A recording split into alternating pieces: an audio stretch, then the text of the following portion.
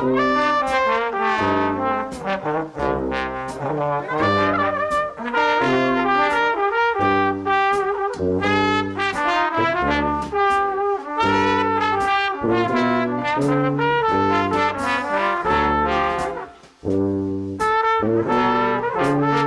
and gentlemen, vous écoutez Close-Up Dramatique, le balado sur l'âge d'or d'Hollywood.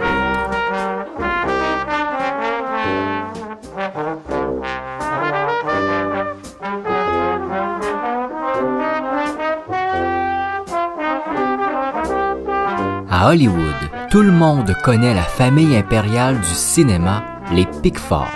Mary Pickford, considérée comme la première star du cinéma américain, veille à garder son titre royal et à éloigner ce qui pourrait abîmer son image. Une tâche difficile, puisque le frère de l'actrice, Jack Pickford, lui aussi dans le cinéma, accumule les histoires scandaleuses.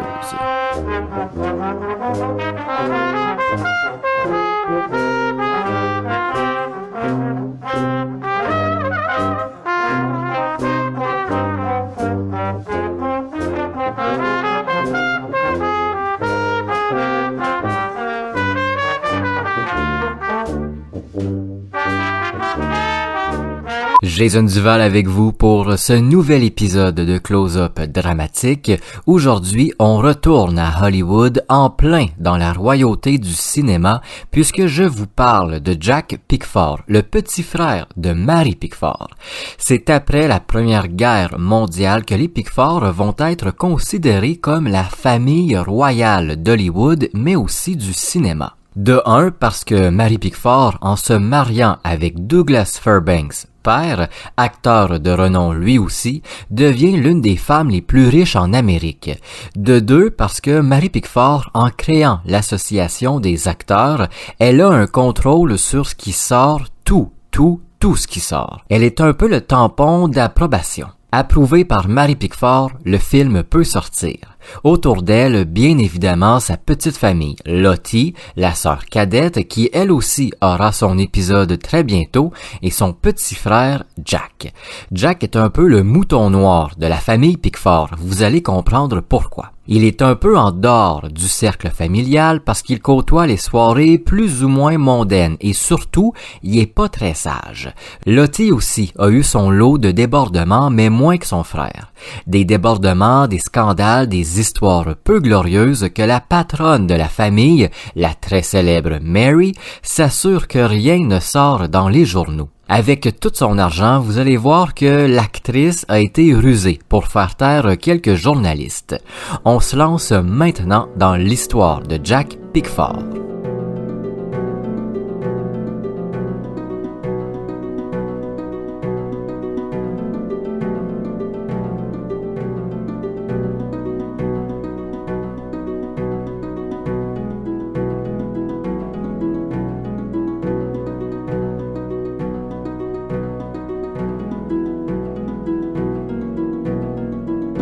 Jack est le plus jeune des enfants Pickford. Comme pour ses deux sœurs, il commence très jeune à faire du théâtre afin d'aider sa mère et les finances de sa famille. Encore une fois, comme ses sœurs aînées, Jack reçoit très vite des offres plus imposantes et qui rapportent encore plus d'argent. Jusqu'en 1910, il va apparaître sur les planches. Cette année-là, Mary, la plus vieille mais aussi celle qui a connu le plus de succès, a été repérée par D.W. Griffith et le studio Biograph pour faire du cinéma. Elle fait pression sur le producteur afin de faire signer un contrat à sa jeune sœur Lottie et à son petit frère Jack. À 14 ans, il devient un figurant pour les premières productions du cinéma mais aussi la doublure parfois d'acteurs déjà bien installés. Contrairement à Mary, qui sera associée avec la Biograph, Jack, lui, va faire une petite tournée des studios. Il n'est pas vraiment sous contrat avec un seul et unique studio. Il signe des contrats pour 1 ou 2 films avec une compagnie, puis même chose avec une autre. Il a pas trop de misère à se trouver des contrats puisque, comme sa grande sœur, il est considéré comme étant un très bon acteur. En plus, il paraît bien. Il est un jeune homme beau et élégant. C'est en 1915, aux côtés de ses deux sœurs, qu'il tourne son premier long métrage, Franken the Cricket. C'est le seul film qui réunit les trois enfants Pickford, considérés perdus pendant des décennies. Un film que Mary Pickford aurait aimé retrouver de son vivant, mais elle n'aura jamais ce bonheur malheureusement. Ce premier long métrage lui amène une toute nouvelle notoriété plus imposante. Il commence alors à apparaître dans des productions plus grandes. En 18, maintenant un acteur reconnu et respecté, il entre dans la Navy américaine jusqu'en 1920. Par contre, il n'est pas un marin très occupé puisqu'il continue à tourner et à apparaître au grand écran. On en reparlera tantôt. En 1920, avec son argent, il fonde sa propre compagnie de films qui va durer malheureusement que quelques mois. Jack Pickford va tourner jusqu'en 1928 avant de quitter le cinéma et de vivre la vie des gens riches et célèbres. La majorité de ses films ont été applaudis et les critiques trouvaient en lui un acteur de talent, même qu'il était considéré comme l'un des plus talentueux de son temps. Si la carrière de Jack Pickford est belle, dorée, heureusement que sa grande sœur Mary est là pour veiller que sa vie privée ne fasse pas les premières pages.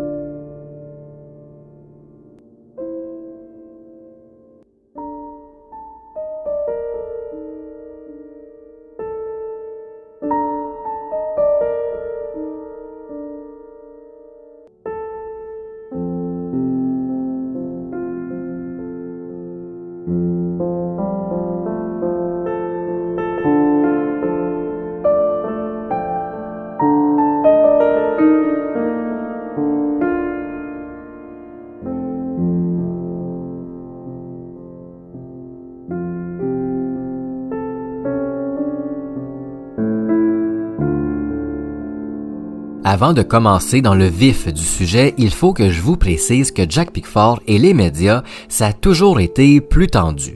Les critiques adorent l'acteur, mais les journalistes détestent l'homme.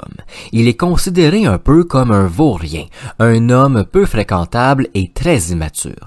Jusqu'en 1923-1924, les journaux sont pleins d'encadrés jugeant sévèrement sa vie privée. Par exemple, on écrit qu'il est une étoile qui brille pas, ou qui brille pour rien. Les journalistes ne comprennent pas pourquoi et comment le monde du cinéma a été charmé par cet homme, même s'il est le frère de la première star du cinéma. C'est quoi cette personnalité qui dérange tant? Jack Pickford, en 1916, à 20 ans, c'est un jeune homme qui aime profiter de la vie, de son succès, de son argent.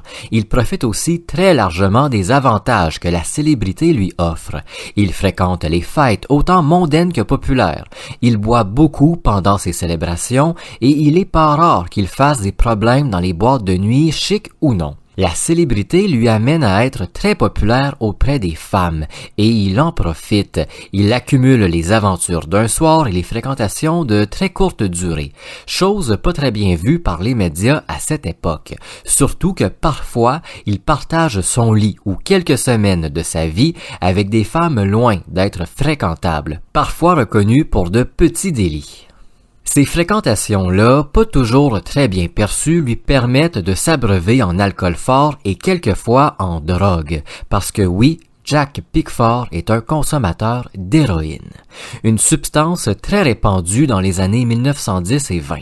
C'est à partir d'ici que Mary Pickford va interférer avec les journalistes pour qu'ils oublient ces histoires. Et n'hésite pas à envoyer des enveloppes pleines d'argent à certains médias pour qu'ils oublient. En 1918, quand il entre à la Navy, ça va faire beaucoup parler. Jack continue à tourner des films, à apparaître aux soirées mondaines ou non, mais est plus ou moins actif dans la Navy. Il est impliqué dans plusieurs scandales qui entourent cette partie de l'armée. Des histoires d'hommes très riches qui paieraient les dirigeants américains pour ne pas aller se battre ou encore faire aucune tâche en lien avec la Navy, mais en gardant ce titre. Ils seraient donc payés à rien faire. Rien n'a été confirmé là-dessus, mais soyons honnêtes, c'est fort probable. En 1920, c'est le scandale qui va éclabousser le plus sa carrière, celui de la mort d'Olive Thomas, l'actrice et sa fiancée. Même Mary n'arrivera pas à faire disparaître les suspicions et les rumeurs. Je le dis de suite, si vous voulez en savoir plus sur cette affaire, j'ai fait un épisode complet sur l'affaire d'Olive Thomas, disponible en barre d'infos. Si j'y pense, je vais essayer. Mais pour résumer le tout, le 10 septembre 1920, après quelques jours de souffrance, Olive Thomas, la fiancée de Jack, meurt après avoir consommé par accident du mercure. Un supposé accident qui survient après une soirée festive dans les cabarets parisiens. Très vite, les autorités françaises vont croire qu'il y a quelque chose de caché. On soupçonne l'acteur d'avoir forcé sa femme à avaler la substance fatale. Parce que dans son témoignage, directement de son lit d'hôpital, Olive a été incapable d'expliquer clairement sa version des faits. Elle changeait quelques détails ici et là avant d'être toujours assez floue. Le 11 septembre, le lendemain du décès d'Olive, la police française enquête et découvre que Jack aurait été impliqué dans des orgies au cours des dernières semaines. Est-ce que Jack aurait assassiné sa femme pour profiter d'une vie de dévergondé? Les soupçons et les rumeurs impliquant la star américaine sont amplifiés quand, dans les journaux, on apprend que la police est incapable d'interroger l'acteur. On écrit qu'il est trop affecté pour parler aux autorités. Jack Pickford ne parlera jamais aux policiers français. Il ne racontera jamais officiellement sa version des faits. Quand il va raconter la soirée tragique, c'est que quelques semaines plus tard, et c'est une version très simplifiée, sans détail, parce que quelques jours après le décès de sa fiancée, il repart aux États-Unis, ce qui n'aide pas les rumeurs de meurtre. Aux États-Unis et partout aussi à travers la planète, on parle de toute cette affaire. Même Mary Pickford et ses cadeaux très généreux n'arrivent pas à faire taire les journalistes. La presse s'est emparée de toute cette histoire. À partir d'ici, l'image publique de Jack Pickford sera de plus en plus négative. C'est en septembre seulement que les autorités annoncent qu'aucune enquête criminelle aura lieu sur l'affaire d'Olive Thomas, puisque tout pointe vers l'accident domestique. Le simple accident domestique. À ce moment-là, l'image de Jack est bien amochée. Qui vient à son secours? Sa grande sœur, Mary. L'actrice va organiser des activités de bienfaisance au nom de son frère cadet. Elle fait des dons au nom de Jack, toujours pour redorer son image. Hors de question que le nom des Pickford soit traîné davantage dans la boue. Une fois la poussière de la mort nébuleuse d'Olive retombée, Jack avoue qu'il ne se remariera plus jamais, trop affecté par le décès de sa fiancée. Quelques semaines après, il se remarie avec Marilyn Miller, un nouveau mariage qui fait bien évidemment jaser à cause de ses précédentes déclarations. Ils vivent ensemble jusqu'en 1927 quand Marilyn demande le divorce à cause des infidélités de son célèbre mari.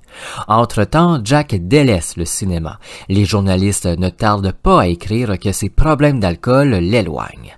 Ses problèmes d'alcool ont pris le dessus, le rendant très difficile sur les plateaux. Sans hésiter, sous ces accusations, Marie revient à la charge et explique que la vérité, c'est que son frère a perdu de l'intérêt pour son métier, qu'il n'a plus la passion.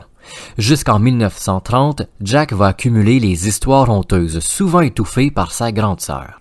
En 1930, il se marie à nouveau avec une jeune danseuse, un mariage bref, puisqu'à nouveau, le divorce met de l'avant les infidélités et la vie de dévergondé, comme on écrit à l'époque, de l'acteur. Au travers de toutes ces histoires, Marie s'apprête à étouffer le dernier scandale de son frère.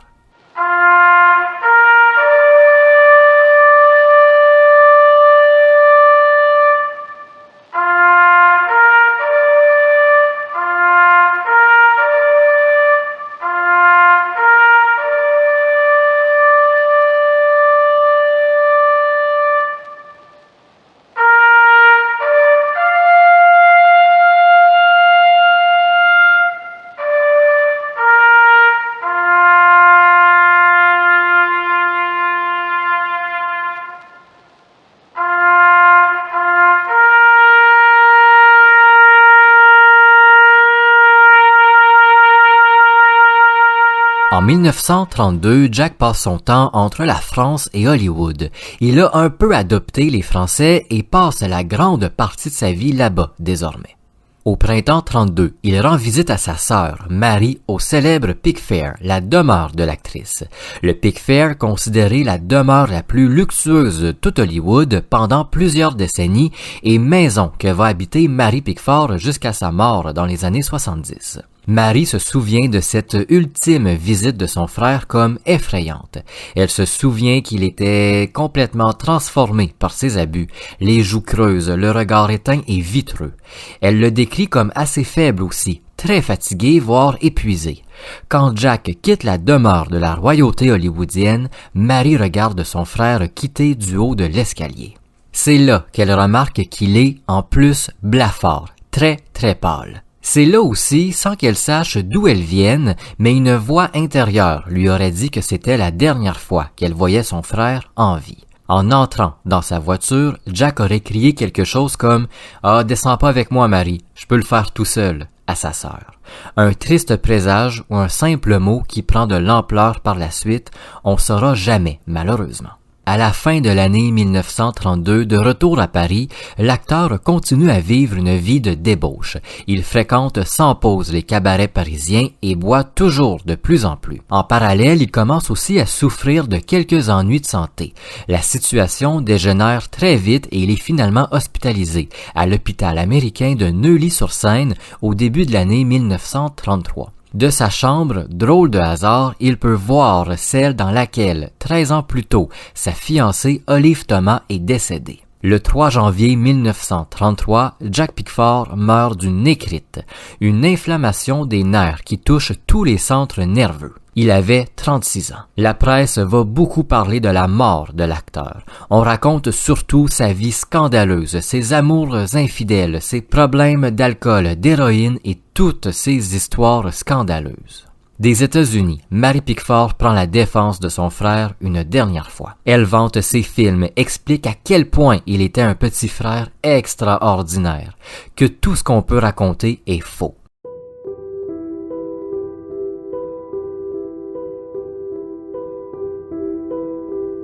Jusque dans la mort, Jack Pickford sera secouru par sa grande sœur.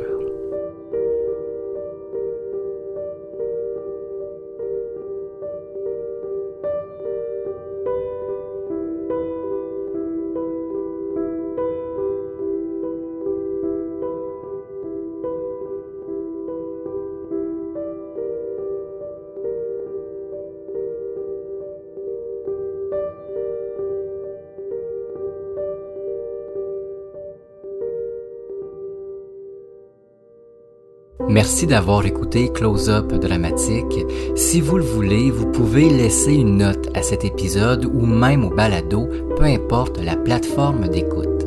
N'hésitez pas à laisser un commentaire, ça aide grandement au référencement de Close-Up Dramatique et ça ouvre la discussion.